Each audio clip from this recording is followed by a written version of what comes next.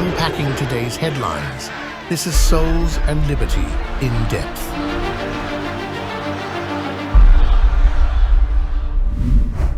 Hello, everyone, and welcome to In Depth, a production of Souls and Liberty brought to you in partnership with MyPillow.com. The last thing that the ordinary American wants to hear about right now is the next election. But in the halls of power, power that can be weaponized against you, your loved ones, and your children's future. Remember, that's what all of this is ultimately about. That's exactly where all the efforts are focusing right now, on the next election, 2026 midterms. It'd be a huge mistake to think that Trump has 4 years. He does not. He has actually less than 2. He's got about 16 months because those 26 midterms provide the communists and their deep state Republican goons another bite at the apple, and they all know it. Everyone in D.C. knows this. So for the next roughly 16 months or so, it's going to be delay, obstruction, insane headlines, and so forth, all in an effort to slow the Trump train, or even in some circumstances, prevent it from getting out of the station altogether. Everyone in the halls of power in D.C. knows what's up. Trump is taking solid aim, boom, boom, boom, at the deep state and means to kill it. And we're talking figuratively here. Don't say, oh gosh, I'm promoting violence. Shut up. And by it, we mean the machine, the unaccountable bureaucracy. It's the single reason the deep state is doing everything in its power, everything it can, to prevent Trump's nominees from being confirmed, especially the ones that will oversee the most critical parts of the DC machine and have pledged to dismantle it. That machine is run by both commie Democrats and Republicans. And for this reason, all Democrats and too many GOP senators overseeing the confirmation process, they're balking and throwing around words like, oh, not qualified, unqualified, conspiracy theorists. Think of it in terms of the Empire Strikes Back. And that happens, of course, after it's mauling on Election Day. However, the rebellion, the People's Revolution, is not just rolling over, and it means to actually finish that revolution. Key to this mindset is the elimination of the rhinos from the Republican Party, especially in the U.S. Senate. The Republicans in name-only crowd. That crowd has got to be thinned out. They're in Congress for their own personal gain and not representing the interests of the people who put them there. So, still roughly 22 months away, MAGA types are already talking about a hit list, not of Dems, but of certain Republicans, especially, as we said, in the Senate. They mean to isolate and destroy, meaning work against them in the primaries and get them out of the machine and retire them back to their home states. Joining us today to talk about all of this is Souls and Liberty political consultant Jim Ellis. Greetings, Jim. Before we get into the strategy of all of this, I want to show a video that's getting wide circulation now on X. It's a former Senate Majority Leader Mitch McConnell, who seems to be having some issues over the past year. Take a listen. Bipartisan cooperation and a string of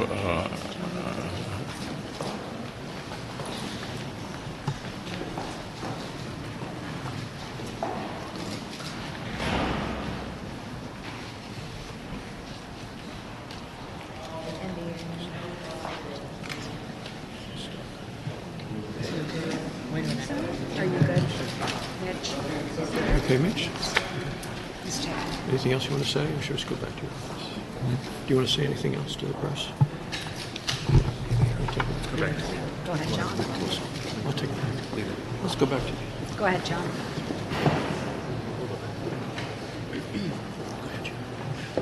what are my thoughts about what? Running for re-election in 2026. That's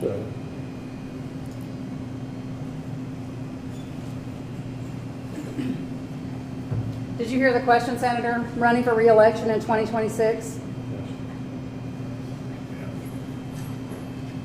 All right, I'm sorry, you all. We're going to need a minute. Senator. Benny. Yep.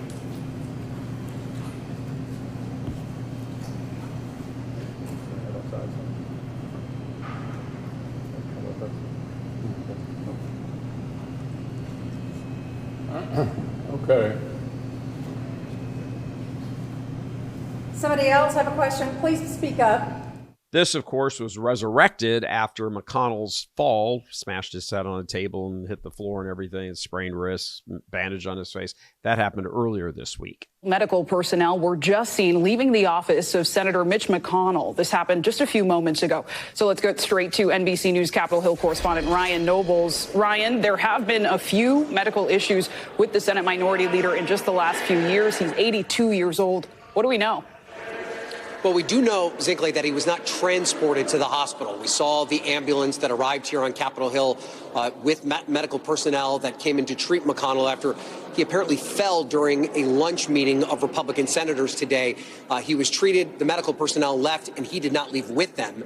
The incoming Senate Minority Leader, John Thune, who's currently the second most powerful Republican in the Senate, said during his weekly press conference that McConnell was fine but didn't provide any other information. So at this point, it looks as though medical personnel was called because, as you rightly point out, Zinkley, he has had issues in the past.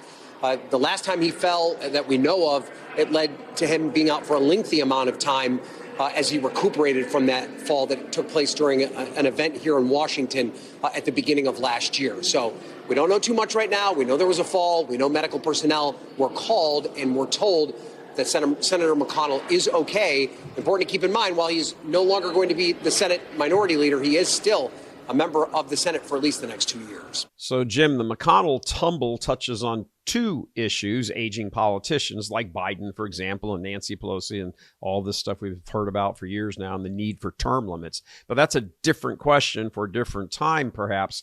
Tied to all of this is that the old fogey crowd has a death grip on power. And since so many of them in Republican ranks are rhinos, how do you get rid of them? And how do you make way for reform? Jim, you and I've talked about this quite a few times. There's massive changes coming. I'm sure you're going to see too much obstruction on these Trump appointments. I think already, since what you're talking about, Gary, is beginning to happen, particularly Louisiana, where Senator Bill Cassidy, who is always iffy, he is one of those to whom you're referring, and he already has a legitimate primary challenger for 2026, and that is the state treasurer and former Congressman John Fleming, who was a co-founder of the Freedom Caucus. So he's already announced he's going to run. Now, I think that's going to move these people to the right, particularly on these appointments. Senator John Cornyn from Texas is another one that is probably going to have a pretty serious primary challenge. He's already announced he's going to vote for all the Trump appointees. Yeah, I think down here in Texas, I was going to say down here in Texas, Jim, they're, he's not, he's certainly preferred to a Democrat, sure, but, that's a pretty low bar in Texas. We like you more than we like those commies over there. That's not a good, it's not a particularly good advertisement to run while you're running for re-election. He's not popular because he's viewed as not King Rhino, but he's certainly there in the ruling class of the rhinos. Yeah, the Attorney General, Ken Paxton, is going to apparently primary him. And then you've got another MAGA candidate, self-proclaimed MAGA candidate coming out of Tarrant County by the name of Beau French. He's the Tarrant County Republican Party chairman. Right. And Texas is a runoff state, so they have to, in the primary, which will be in March of 2026, you'd have to get 50% to win the nomination. If not, then at the end of May, there's a runoff between the top two. Mm-hmm. Now, the problem with Paxton is he's very flawed. As you might remember, he went through an impeachment. The House wanted to throw him out. He was saved in the state Senate. He's been under investigation. He settled this SEC situation that occurred before he was even elected Attorney General. Mm-hmm. And it was another one of these kind of Russian judicial moves where they just let it sit there for 5 or 6 years, an indictment against him. Right. And then they finally settled it, similar to what they're doing to the J6 people. They now don't charge people, they just sit there. Or they do charge you, and then you don't have a trial until they decide they're going to have it. I think that sort of thing. Or until January 20th at about 12:01. Right. Right. Well, Paxton went ahead and he did get that settled, the SEC indictment against him. So that's done. But, he's had a rather public affair. Yeah. And I'm not sure that's going to go over too well with the Republican base. And most people don't think it's over. I mean, that came out in the impeachment. In fact, they even had the woman testify. So, I mean, there was no doubt he was doing that. So I don't think he's quite the right candidate to go up against Senator Cornyn, because even if he won, if Paxton beats him in that primary or for the nomination, he might too. I think he's very weak in the general election. So you have somebody like Colin Allred, who lost to Ted Cruz. He comes back. I mean, he raised a fortune. You know, he's a good candidate. He's not right on the issues, but he presents himself well. He's a former NFL player. Now he's a 3-term congressman. You know, I mean, that endangers the seat. So you have to see how far do you go on something. Sure. Let me do this, Jim, if I can. You've prepared a little map for us. So I'd like to call that map up right now and have you, let's go through it with the viewers here. This is all the Senate races. And so everybody knows every other year, there's about 1/3 of the Senate is up for re-election. And on our map here, all of the red states are where there is one senator up for re-election, or there's going to be an election for Senate, maybe not re-election. Blue states are obviously where there's a Democratic senator. The red states where there's a Republican senator. Obviously, you can see the Republicans.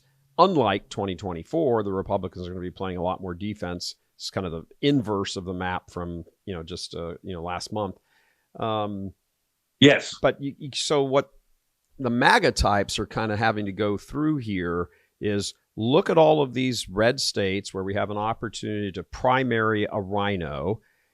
Develop a hit list, like we want him gone, we want her gone, we want Joni Ernst gone, we want Lindsey Graham gone, we want Cornyn gone, blah blah blah, and all that. And, all of these states aren't they're not created the same. Some you have to look at things like the margin. If you primary out a Republican, a rhino, might you screw things up and get a Democrat in his seat because you haven't put the right candidate up? There's all kinds of considerations here.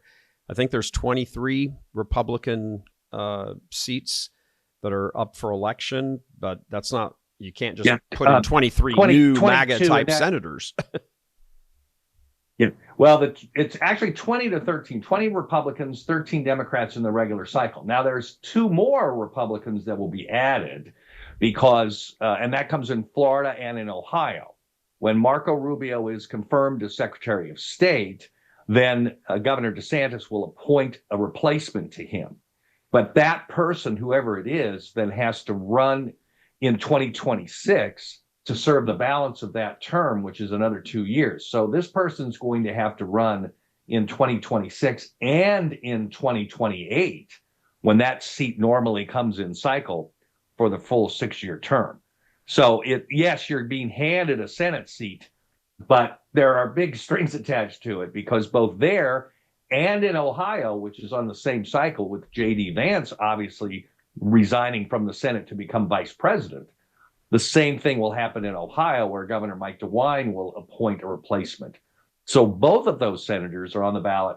The new senators coming in, whoever they may be, are on the ballot in 2026 and in 2028. So in 2026, we're actually going to have 22 Republicans and just 13 Democrats. And that's much different than what we saw in this last election, where there were 23 Democrats standing for re-election or on the ballot and 11 Republicans. So as you mentioned, it's virtually the inverse of what we saw. So Republicans are more on defense, but most of these states for them are safe. They're pretty good Republican states.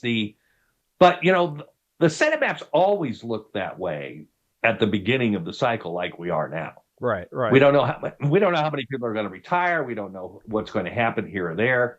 Some of these will become vulnerable that don't look vulnerable today. So it is the Democrats certainly will have more opportunities to gain than Republicans because there's simply more Republicans on the ballot. Sure. Okay, so let me ask you this, going through your sort of political wisdom on this and all of your insights. You've been doing this, I think, 74 years now? Is that you've been doing political 74? 78, sorry. 78 years here. It was right after the Lincoln administration I started. Yeah, that's correct. Yeah, and we know that was a very messy affair. I understand. So thank you for stepping in and serving your country in the 19th century. It was very good. Thank you. As you look over the map here, we'll bring it up again. As you look over the map, if the goal of MAGA types, of MAGA, is to get rid of rhinos, where on this map would you say, well, that's a rhino, that's a rhino, that's a rhino, and there's a rhino? However, I'm just making the numbers up right now. Yeah. However, of those four, you probably shouldn't tinker around too much with two of them because, you know, it's kind of a bit of a purpley state, even though it votes red. So go through and give us your analysis on this. I think Louisiana, it should be fine. So if Cassidy were to lose that primary, I think the Republicans hold that one. That one is going to happen. There's already a very credible candidate against him there. Texas, I think, it could be a problem if Paxton beats Cornyn in that primary. Now, somebody else could hop in. We could see a very crowded primary there. I think from what I understand, I mean, Senator Cornyn has said he's going to run again. And I don't think there's any doubt about that right now. He is taking steps also to prepare. I mean, the comment that he's going to vote for all of the Trump appointees, that tells you he's going to run again. And he says he's going to run again. So I think we have to take him at his word for that. So we have to watch that one. You know, McConnell has not actually said he's not going to seek re-election. And I think that becomes a problem if he does, obviously. The governor of the state there is a Democrat, Andy Beshear. He's been elected twice there. So if he were to run for the Senate, particularly if McConnell runs again, I think he would beat McConnell. And so I think that's when we've got to watch carefully. I don't think McConnell runs again, but in any event, if that governor runs there, Kentucky could be a battleground state when it should be a pretty safe Republican state there. Sure. The rest of them, you know, what about Joni Ernst? Sure. We're hearing all kinds of stuff about Rhino. What about Joni? She was getting the ire of people, you know, a week ago because she was like, "Oh, I don't know about Pete Hegseth." And all of a sudden she's like, "Oh, I visited with him. He's a nice guy. I'm going to vote for him." Yes. Well, she's getting the message too, because you had a conservative radio talk show host come out and say he's going to run, but he'd step aside if somebody else runs. What the MAGA group wants the attorney general there to run against her. And but we'll see what happens on that particular one. The Democrats have a very weak bench in Iowa, so chances are the Republican holds that seat, regardless if it's Senator Ernst or not. The ones that are troublesome, I think, are Maine with Susan Collins. She is obviously a rhino, but there's probably nobody else on the Republican side that can win that state. Right. So that hurts your margin there. Right. Yeah. Margin in the Senate. So she's probably the best you do. She's probably the best you can do out of Maine. She does generally hold the party position, certainly on organization, which is important. And also she's been pretty good on voting on the judges. So, but some of the economic issues she's not very, very strong on, and certainly not on the social issues. No. And then you look at North Carolina with Tom Tillis. I know there's been talk about him. North Carolina, as we know, is a battleground state that could go either way. And so there would be a danger of losing in the general election. Frankly, there's a danger even if he is the nominee. And the Democrats already have a candidate there. One-term Congressman Wiley Nickel, he got redistricted out in the new redistricting map. And he said, okay, then I'll run against Tillis for the Senate. Now, we'll see if they come up with somebody stronger there. They may, like the governor, who's term limited out there, Roy Cooper. He could certainly run for the Senate, and there's a lot of talk that he will. So that's a big battleground. On the other hand, the Democrats have to protect Georgia, and they're in the same situation that the Republicans are in North Carolina, because you have Governor Brian Kemp, who cannot run again in 2026 because Georgia and North Carolina have 2-term limits on governor. But he could certainly turn around and run for the Senate, and I think Brian Kemp is likely to do that against the Democrat John Ossoff. So that is, from a Republican standpoint, that's a real plus, because Kemp could take him out, and that would be a seat gain there for the Republicans. But, we obviously have a super long way to go in this election cycle, that it's just beginning. And so a lot of things are going to happen. Some of these people on this map, the Reds and the Blues, you'll see some retirements, I think. Some will be surprising. And then you got a whole new ball game if the seats become open. Right. Sure. Well, I mean, if the people And again, for us today, we're, focusing on the idea of getting rid of, who are essentially the obstructionists, are viewed at least as obstructionists. They either don't like Trump or, they're not all in with MAGA. So we're doing this kind of from the perspective of, what would MAGA like to see? Who would they like to be rid of? Lindsey Graham in South Carolina doesn't seem very high on their dance ticket. Is there a chance that he could get primaried? I mean, I would think South Carolina is one of the states that whoever the Republican candidate is wins against the Democrat in November. But is it possible that Lindsey Graham could get primaried? Oh, absolutely. And Congresswoman Nancy Mace is talking about that. I'm not sure she's an improvement over Lindsey Graham. Lindsey Graham has been very loyal to Trump since they ran against each other. And he's been pretty close to Trump. So I kind of think that Lindsey Graham would probably get Trump's support. So let me ask you this. He really has been pretty good. He got Lindsey Graham got the message. well, that's what I want to ask you about a little bit here, because this is, we want to, who is it that has like raised the hackles of the MAGA crowd? What Republican senators are viewed as rhinos or obstructionists or not really in, or they'll stab you in the back the first chance they get? Lindsey Graham is definitely on that list. You're saying being on that list perhaps might not be warranted? I don't think he's on that list today. I really don't. I mean, he's been pretty solid on things. He's particularly solid on foreign affairs, the judiciary issues. That's where he's on the Judiciary Committee. Yep. And he's been very loyal to Trump. He really has. And I'm not sure you can put him in that crowd anymore. I think you could. When they first ran against each other, no question about it. But sure, Trump has mended fences with a lot of those people, with Ted Cruz, with certainly with Lindsey Graham, Marco Rubio.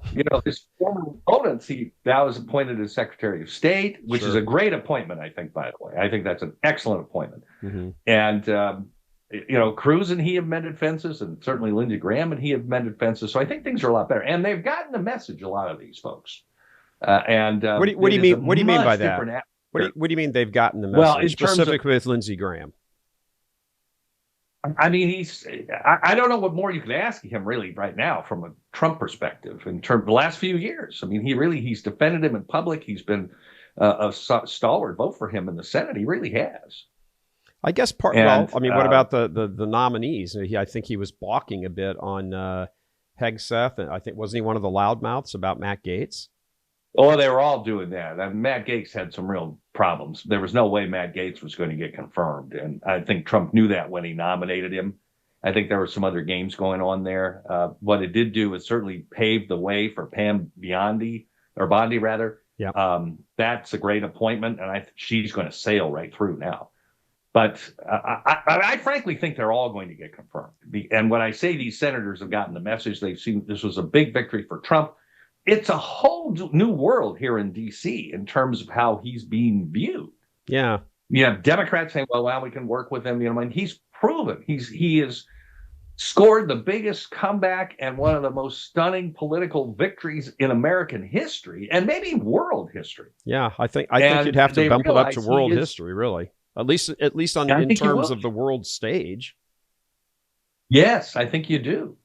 He survived weaponization of the justice system. He survived assassination attempts, and here he is. And I think they've got a new respect for him. I really do, and they realize there's a penalty to be paid in these primaries as well. And I think so. A lot of them are coming on board. I don't think you'll see the never Trump rhetoric like we saw before coming out of some of the senators here.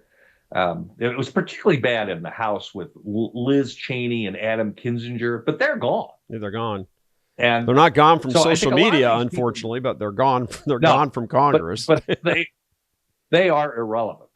Yeah. And everybody's passed them by. So I think that, and these senators see that too. So these appointments are going to give us a big clue, because if they do all get through, that tells us the senators are on board with the agenda, and they understand because it's in their interest to be.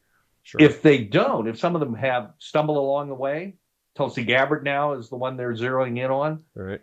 then maybe that's cause to look at some primaries there. But my guess is I think they're all going to get through. Robert F. Kennedy may be the one that has a lot of issues and problems there, but we'll see. But you also have people like John Fetterman willing to vote for some of these nominees. He's already said he's going to vote for Elise Stefanik for UN. He said he would vote for Rubio. And he even said, when Dr. Oz came up and the president-elect is appointing him to a position over Social Security and Medicare in the Health and Human Services Department, Fetterman said, they asked him if he would vote for Oz, and he said, I don't hold any grudges. He said, if he promises to protect Social Security and Medicare, I could vote for him. And so I think you're seeing maybe some of these folks might even get a few Democrat votes. I don't think Kennedy will. And I don't think Gabbard will. They do not like what they would consider people who are traitors to them. They will be very rough on them. And particularly Kennedy, I think, which is an embarrassment to the Democrats that he is doing what he's doing now, carrying that name. I mean, so it's can you imagine? Can you imagine being in the confirmation Senate hearings? And I mean, it's one thing to be a Democrat sitting at the big dais, grilling a Republican nominee. It's an entirely different thing grilling somebody who used to come over to your house, at least proverbially, come over to your house and you broke bread together and drank and talked about how horrible Republicans were and capitalism and all that and everything else. And now here he is, and she, former Democrats that you talk about an awkward moment. Yes, it is. So it's going to be some interesting, these confirmation hearings, but I think they tell us a lot. The other things we need to look at, too, and I don't think there's going to be much of a problem on extending the Trump tax cuts. Most of them expire in 2025. Right. Congress must act to keep them going. If they don't, it's the biggest tax increase in American history. Right. And these senators, and certainly Trump wants these passed, they're not going to want to vote to increase taxes just when things are going to start coming back. I mean, some of the things that Trump is going to do, particularly unleashing the energy industry like he says he's going to do. And I think he does that on the first day because he can do that, a lot of it by executive order, because all he has to do is cancel out the Biden executive orders. That's literally all he has to do. Yeah, when he was doing the interview with Lisa, these are canceled. When he's doing the interview, I keep calling her Lisa, Kirsten Welker, and she said, "Well, you got to unleash hell on your enemies and throw them in prison." He's like, "No, I'll let these guys, other guys take care of that. I'm just going to drill, baby, drill." That was the very first thing that he said. So, I mean, I don't know if you remember when he was in Michigan. We're going to take a commercial break after this little observation, get your thoughts on it. But when he was in Michigan, I think it was about a week or two before the election, they were sort of doing those kind of town hall sort of aspects of rallies. Lady stood up in Michigan. It was Detroit or Grand Rapids, can't remember which. And she said, "So what are you going to do to bring down prices, grocery store prices?" And he said, and just like that. I mean, it was immediate. He said, "We're going to lower the cost of energy. We're going to, energy, power, everything, the entire economy runs on that." And then he went into this big explanation. I would imagine. I remember seeing that. Yeah, the energy stocks, I'm presuming, if they haven't already adjusted for this, are going to go through the roof about 1 second after noon on January 20th. Oh, I think they've already factored that in. It is a... Wall Street's usually ahead of the game on these things. Yeah, that's the thing. And this is where he can really have an effect on this, because all he has to do is cancel these destructive executive orders that Biden issued. And he can do that as soon as he's sworn in. And all he has to do is sign a cancellation document. Yep, that's it. So we're going to take and I'm sure he will. We're taking a little quick break and then come back. We get into a little bit more discussion on the whole rhino thing. And, they might make a vote something, but can they make life difficult for him or, throw up little roadblocks and stuff? All of that. I want to talk about all of it with you because it does affect how things are going to come out in the end. So just before we take a little break here, just want to remind you that we do this every day here, every weekday. Our job here is to sort of provide for you one-stop shopping on things that are important in the weeds. That's why we call it In Depth. because we want to go in depth so you understand enough of the canvas, what things are painted on, what the picture developing on that canvas is, and ultimately why. America wants a strong economy. Why? So that you can alleviate all the worry and fear of, not having enough money and being thrown out on the street, not being able to eat and take care of kids and all this stuff. But there's a spiritual dimension to all of this as well. And when we come back, I want to talk with Jim about that as well. But just want to say, if you like what you hear here, if you like what you see here, we're getting close to the end of the year. If you could please send in a donation, just click on the available link right there. Donate. You can be a monthly subscriber, a regular subscriber, whatever you can do. We much appreciate it. So we're going to talk about what's going to be coming down the pike. What is the last couple weeks of January and those first few weeks of February going to look like for Trump and any potential rhinos that are there sort of lurking in the shadows? We'll be right back. Because of your overwhelming support, our 1488 MyPillow has been one of the biggest sales in MyPillow history. I couldn't think of a better way to say thank you than to extend our wholesale pricing through Christmas. Get a classic standard MyPillow for only $14.88. Upgrade to a queen size, just $18.88. King size, only $1 more. Get my body pillows for only $29.88. And ready? Multi-use MyPillows, only $9.88. It's perfect time to stock up for Christmas gifts for everyone on your list. Go to MyPillow.com or call the number on your screen. Use your promo code to take advantage of our wholesale pricing. Including my classic standard MyPillows, only $14.88. But that's not all. I'm so confident you're going to love our classic MyPillows that I'm going to extend my 60-day money-back guarantee until March 1st, 2025. Plus, orders over $75 ship absolutely free. All right, welcome back, everybody. Jim, I'm going to turn to you here and say, what do you think of John Thune, handpicked by Mitch McConnell, and then he turns around and puts him in charge of one of the most important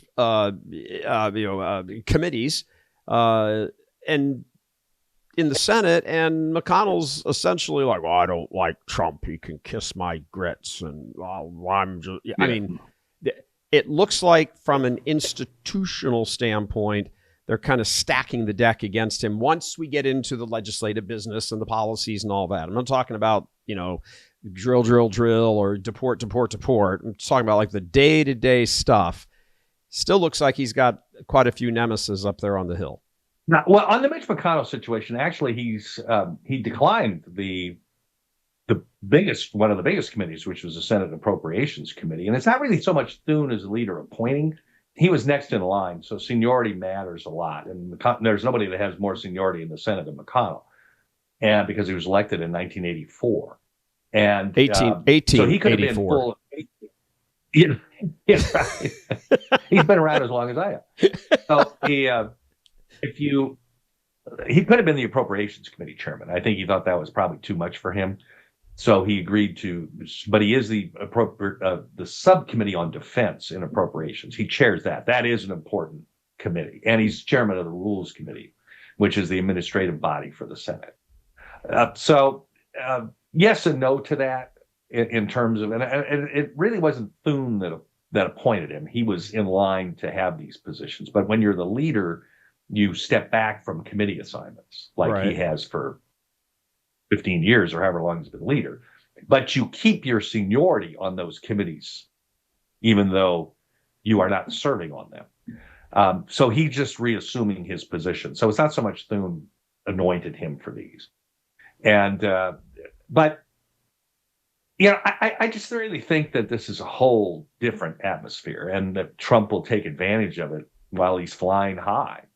I think what will be dominated here, you mentioned in the first couple of weeks of January, I think you'll see the things he wants to do on day one, which is reverse a lot of the Biden damage. Mm-hmm. So I think that will dominate the first couple of days. And then I think like Biden did, remember he went and signed a bunch of executive orders right after he was sworn in. I think Trump will probably do that too. And most of his, I think, will be canceling the Biden executive orders. And then what will the Congress start doing? Well, they want to pass a budget pretty quick and get that out of the way. Now, remember, the House, the margin is only going to be 217 to 215. Right. Because there's 220 seats that are Republican, 215 that are Democrat. That represents just a 1-seat gain for the Democrats. So they're always talking about, oh, the Democrats actually gained a seat. Well, remember, most of these pundits expected the Democrats to take the House majority. Correct. They did not. Right. And so, but it is an extremely small majority. And the Trump appointments, taking Elise Stefanik from New York to the UN, and then, the Gates situation where Gates actually has resigned, that seat's vacant. And then Mike Waltz, also from Florida, to be his national security advisor. Now, Waltz does not have to be confirmed. So Waltz takes that position as soon as Trump is sworn in. He does not have to wait. So that brings the number up to 218? No, it'll bring it down to, he's going to resign, he says, on January 20th. However, what Governor DeSantis was able to do, he's already called these special elections, and this was the best he could do under Florida law. Correct. And so Waltz is out. Gates is already gone. Waltz is out on January 20th. He says he's going to resign that day. And then remember, the House gets sworn in on January 3rd. So they will have him for a couple of weeks. So they may be able to get the budget done actually with 218 there, because Waltz would probably stay to help get that done. That's probably why he's not resigning until the day that Trump gets sworn in. That's just to make sure that they protect the 218 number. For organization and everything like that, because they officially have to elect a speaker. So Right. Mike Johnson will be, that opening roll call that we saw 15 times with Kevin McCarthy, remember, 2 years ago. Right. So he has to get to 218. And yes, they'll need Waltz for that. And so, but that will happen on January 3rd. So he will certainly still be in the House for that. Talking about the House for a moment, do you think, there's no drama this time on Speaker? It's just Mike Johnson, that's it? You got 218 Republicans voting for him, and let's move on? Yes, that appears to be the case. And they understand. I worked for former Majority Leader and Majority Whip Tom DeLay years ago when he was in. And they had a small majority in those days, too. Not quite this small. But I remember him telling me, he says, he found the smaller majority was actually easier to manage than the bigger one. Yeah. Because he said all of the members realized their one vote does really matter. And there was more of a team atmosphere. And DeLay was very good at creating the team atmosphere. Johnson's going to need to do that, too. That's the only way he's going to survive and get these things through. Right. But they also didn't have some of the folks they have in now during DeLay's era. But I remember, and that stuck with me, because he said actually the smaller majority was easier to manage because everybody understood their one vote could throw the whole thing off. Sure, yeah. And everybody had a better team atmosphere. So let's hope that happens again. But Johnson will need to have that. So then DeSantis, what he was able to do was schedule the special primaries both for the Gates seat, the 1st district, which is that Pensacola seat up in the Northwest Panhandle, and for Waltz's seat. Waltz is also from Florida. And he has that St. Augustine, Daytona Beach seat that Ron DeSantis used to have, by the way, before he got elected governor. That's right. That was his congressional seat. And so even though Waltz has resigned, actually, even though Waltz has not yet resigned, DeSantis was able to schedule a special election, and he was able to combine them on the same day. So the primaries in both those open seats will be January 28th. But under Florida law, the quickest they can have the general election is April 1st. And he's done that. But that was the best he could do. And so we will see the first quarter really with 217 to 215. I think the New York situation is going to be totally different. There you have a Democrat governor, and they can play games with that law up there. It's a little bit nebulous. It wouldn't shock me to see that Governor Kathy Hochul be able to keep that seat vacant through like November of 2025, because then they'll make it concurrent with local elections going on in the state. Andrew Cuomo, when he was governor, he pulled that. He was able to keep a Republican seat vacant for about a year. Now, she's called quick special elections in the 2 they've had since she's been governor, but both those were Democrat seats. Correct. And I think we'll see a different approach this time. So that becomes a problem. I mean, it really does. And that makes that margin very, very small. And Johnson's going to have his hands full. But I know he wants to get the budget out right away. And then once they do that, the House wants to take the tax cut votes immediately. The Senate apparently doesn't. So we'll see how they work all that out. My guess is Johnson's going to try to pass everything he can as quick as he can, while he's got people feeling good about everything before things start to, begin to deteriorate, which they will. I mean, certain things are going to happen and you're going to have disagreements, and we've seen all this before. Sure. So expect the House to be very active very early, and the Senate will be, but the Senate also will be tied up on they have to confirm all the Trump appointments, and the House has no role in that. So the House can start moving legislation. The Senate is going to be tied up on these confirmations. They have to be. Sure. Is there as people sort of look down the road here, Trump seems to have a kind of a blend, I guess, or maybe it's his own thing or a combination of the above. He seems to have a blend of being able to talk to people, normal, regular, everyday voters, like FDR and his fireside chats, and Reagan with his, let me tell you a story, all of that. Right. Do you think if there is some... let's just say delay. It might be deliberate. It might be just obstructionist stuff. Whatever the case is, there's delay in moving the Trump agenda forward. Could you imagine a situation where Trump would just come to the Oval Office and say, okay, hi, everybody. I've just parked the garbage truck out back behind the West Wing, and I just want to talk to you and say that, these 3 Republican senators suck. And these 2 Democrats. Well, I could, absolutely. Yeah. He's got nothing to lose now. He can't run again for president. Right. So, yeah, I think he's going to go all out. And it's going to be, I don't think it's going to be too much of Republicans on the obstruction, but the Democrats could throw up some real roadblocks in the Senate. I mean, the Republicans will have 53, but with the filibuster, it's and the holds that individual senators could put on appointments. Yeah, I think there's going to be some obstruction coming from the Democrats, certainly. I'm not sure you'll see it too much, not too early from Republicans, but it'll be at their own peril if they do.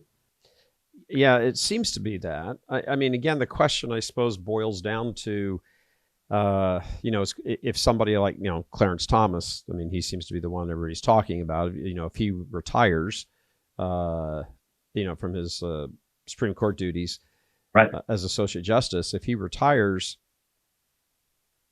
in 2020, end of 2025, or, after the term is up in whatever, and they do, I mean, that's who Trump's going to appoint is going to be a somebody like Clarence Thomas type mind, legal mind. Yes. Like, as we've already seen. Yes. Really, it's just like a Brett Kavanaugh thing again. Not the drama about him, but like the vote. I mean, is Susan Collins going to have to go on to the floor of the Senate and say, I'm going to cast my vote, and all of the it's the Rhino. It's Lisa Murkowski. It's Susan Collins. It takes you down to 51. Yeah, that takes you down to 51 to replace. Well, here's the big difference, though. Here's the big difference between the Kavanaugh hearings and what will happen if Clarence Thomas decides to retire. The Republicans are in the majority, and they have the committee chairs. So the committee chairman will be running those hearings, and they won't let the Democrats get away with what they could get away with before when they were in the majority. Yeah. And so those will go through the Judiciary Committee. Senator Grassley it will be the chairman. He's 91 years old, but he is still literally. But I tell you, he was great on Christopher Wray. He sent a 12-page letter, and I think that's the one thing that pushed him over the top, detailing all of the things that Wray had done to degrade the FBI and to create weaponization. And I thought that was great. Yeah. The other thing that Grassley did, I don't know if this didn't get a lot of publicity, but Grassley's office, they conducted their own investigation of the Trump assassination in Butler County because he knew that the Secret Service would stonewall it. And they came up with more information than the Secret Service did. Yeah. Out of that one Senate office and the Judiciary Committee. So I feel pretty good with him running these hearings. Let me ask. That's a big difference. That's a big difference on what would happen on those Supreme Court hearings. Sure. Yeah. And that's obviously good news. You want to I mean, I think when you talk about sort of the convergence of like by a whisker of Elon buying Twitter, turning it into X, and now X is the place where the communist, Marxist, democratic narratives go to die. I mean, it's amazing. They put one thing out, anything, and the comment, and they're not just like screw off comments. They're like, well, what about this document? Here's this thing, and did you know about that? And oh, here's a video. I mean, it really is we are the media. It really is. So, but when you look at that, you look at the the incredible. Nobody could have really understood the weight. I mean, sweeping all 7 battleground states. Doesn't matter if some of them are, smaller margins. He won all 7. He won the popular vote. First time a Republican's done that since, I think you were president at the Lincoln assassination, Jim. I mean, look at all of these different things, and it's like, wow. The naming of the Supreme Court justices, everything. It's like every single time you get kind of right to the edge, and I mean the precipice, and you're staring down into the abyss, some little tweaky apparent first tweak kind of thing happens, and all of a sudden the knock-on effect of it is, yay, the Republic is saved again. So when you the thing I want to ask you about here is, it's not just, I don't think we can keep playing that game where, somehow we just hope the other team fumbles and then we pounce on the ball and kick a field goal. The nomination and sounds like confirmation of Kash Patel. Do you think that he's going to get in and say, here's the Epstein list. Here's all of the crap the Democrats have been doing. Here's the Act Blue, 50% of their donations were from overseas, and blow it all up. Here's the Kennedy assassination file. Here's everything. Because I think if he releases all that, it's over and the Democrats are done forever. Well, already publicly committed that he would release those files, the Kennedy assassination files. And I think they will. I love what Kash Patel said he wants to do on his first day, go in and move out all of those people that work in the Hoover building, the main headquarters downtown Washington, out of that building and back into the field to catch crooks. Right. And make that building a museum to the deep state. I think that is wonderful with what he said. But yeah, I think he can do a lot. I think they're getting the message. And Gary, I think you hit it right on the money. When I think what's changed everything in terms of the way Trump is perceived and the way even the media is looking at him, and some of these Democrats are saying, well, we'll be willing to work with Trump. John Ossoff, who I had mentioned, the senator from Georgia that may face Brian Kemp for re-election today, he said that he'd be willing to work with President Trump to help Georgia. So, you never heard this before. No. And you hit the reason. You hit the reason right on the head. He won the national popular vote. Right. And nobody expected. Right. And the fact that he did, I think, changed everything. I think that was the most significant thing. Yeah. The fact that he won the national popular vote. Yeah, it's amazing that. I mean, look, Justin Trudeau, hightails it down to Mar-a-Lago, the 51st governor of the great state of Canada.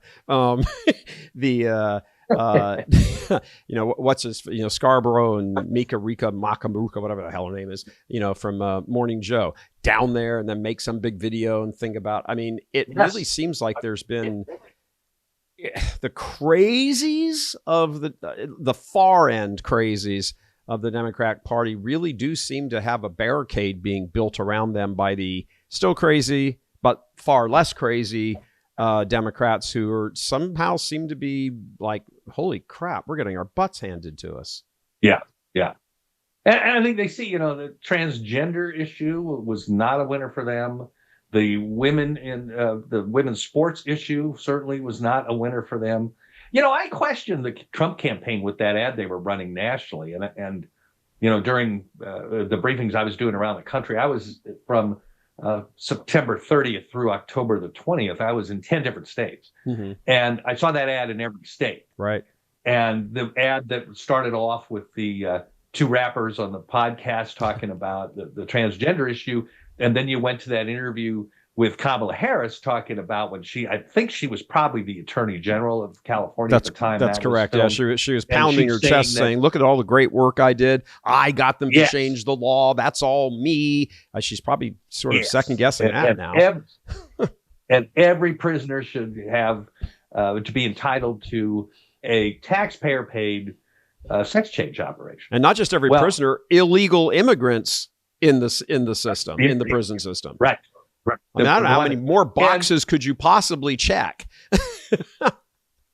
And you know, when I saw that ad, I'm thinking, I'm not sure this is a vote mover. You know, I thought it was a good ad.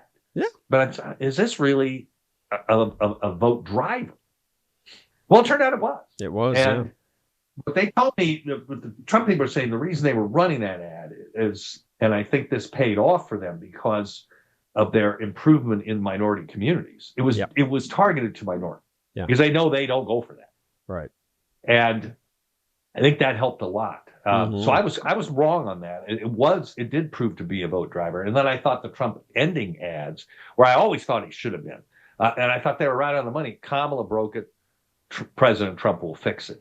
I thought that was a great way to end it. And I thought that was going to be the vote driver. So those types of issues really, really ended up mattering. Yeah, it's very interesting as you go through the Democrats are going through their old carnage autopsy stuff now. It's interesting how often they're always going on this and it's that. And, yeah. There was that big, call, I think it was last week, near the end of last week, where they were, David Axelrod was on it. And eventually, the Obama crowd, the Obama circle that was on the call essentially said, look, we did everything right. We just need to message better. The other side said, no, we didn't. So I don't. No, they did. Yeah. I don't think their heads are quite around facing the front yet, the Democrats, on what exactly they're going to do. And I don't think putting up a, resist. Yeah, I mean, okay, go ahead. Well, Republicans have majorities in both. Resist all the hell you want. And by the way, they got the court too. You got Mark Elias, the attorney who's always going on about, election interference, voter suppression, and count every vote, even if they're illegal and they came in 5 years late and all of that. That seems to be his strategy, is just to go to, file lawsuits and stop everything you can possibly stop. Because some, Obama or Clinton appointee, puts a stay on whatever Trump and the Republicans are trying to do. We're getting close to wrapping up here, but what do you think about that? I mean, it's kind of the only strategy they've got, but it left, really, at least kind of all now. they can do. Yeah. So, at least right now. What do you think of that as projecting into the future here, as sort of a strategy moving forward? Well, I think that's why they have to do things very quickly. They being the Trump operation, they've got to get most of their agenda done real quick, because it's going to deteriorate over the course of time. As you mentioned, he's really probably only got 16 months before we hit election time. But I mean, Trump has been a master at messaging. Yeah. And as long as he can continue to do that, I think what he wants to do is in line with the majority of the American people, and they just need to keep their eyes centered on that and move forward. Yes, there's going to be obstacles. Yes, there's going to be obstruction, but they will find a way to get beyond that. Yeah. And if not, then we'll go to another election and see what people think about that. But I feel confident that Trump will deliver the right message, as he did during the campaign. I thought his 2020 campaign was poor. They weren't clicking on the message. He was good in 2016, and he was really good in 2024. Yeah, he really was. So hopefully they continue to keep that up. I think they are going to make some significant changes. I think the appointments that he's making, they will go in and do what they're saying they're going to do. Oh, I think so. Yeah, absolutely, they will. As much as they can. There really are sort of two prongs here to the new, to Trump 2.0. There's really two prongs. There's all the legislative stuff and, tax breaks and, drill and deport and close the border, all that stuff. And then there's the other prong, which is blow up that federal bureaucracy and drain the swamp and get rid of the deep state. It's interesting. There are really two different battles going on. I think based on everything we've seen, I think Trump can do both. No, I think you're absolutely right. It is two battles, and I think he's got some of the right people in place that will try to do that. Now, See, it's interesting. I love this idea about trying to move some of these government agencies out of Washington. Because keep in mind here, this is something I found out of a friend of mine that worked in the government was telling me this, because he was surprised that his paycheck was bigger than he expected. He was coming from South Carolina and took on a position at the Federal Election Commission. And he thought there was something wrong because it was more money than he was expecting, than his salary. And then he found out, oh, no, that's the 30% increase you get for the Washington, D.C. cost of living. Yep. 30%. So all these bureaucrats in Washington who don't even come to the work anymore, they get 30% above their salaries because of the cost of living of D.C. That goes away if they're moved out. If you move the agriculture department to Kansas, if you move the energy department to Texas, on and on and on. Guess what? Yeah. You're cutting 30% of the budget, of the employee budget, right off the top. I think, as a little closing thought here, I think you could probably have a really, really good, efficient office, the Department of Commerce, in North Dakota. I think there's lovely land there. The cost of living is not expensive. We're talking Trump 2.0. Here's where the demands from their unions of not going back to work, of the working remotely, is going to come back to bite them. Yep. Because on that issue, well, you're already not coming into the office. So what difference does it make if we move the office to North Dakota? That's right. I think that's going to come back to bite them, and that's going to really make them on very slippery ground. So it's going to be fascinating to see what happens. Sure, it will. Jim, thank you very much. Jim Ellis of Ellis Insights, our political consultant here, who isn't just for election season. He's also for the time where you move in the administration and start blowing up the deep state. Wonderful stuff. Jim, thanks very much for joining us, brother. Appreciate it. Gary, thank you. All right, so that is it for us for today. Wanted to get all this in a sort of a little preview before the holidays set in, and Christmas and New Year and all of that and everything. Because all of a sudden, before you know it, we get through all the Christmas time and all of a sudden, what do we have? It's January 20th. So we just want to try to give a pretty in-depth preview of all of this. So that's all for today, coming to you here from Houston, Texas, where I love to say yeehaw. It's Gary Michael Voris. God love you.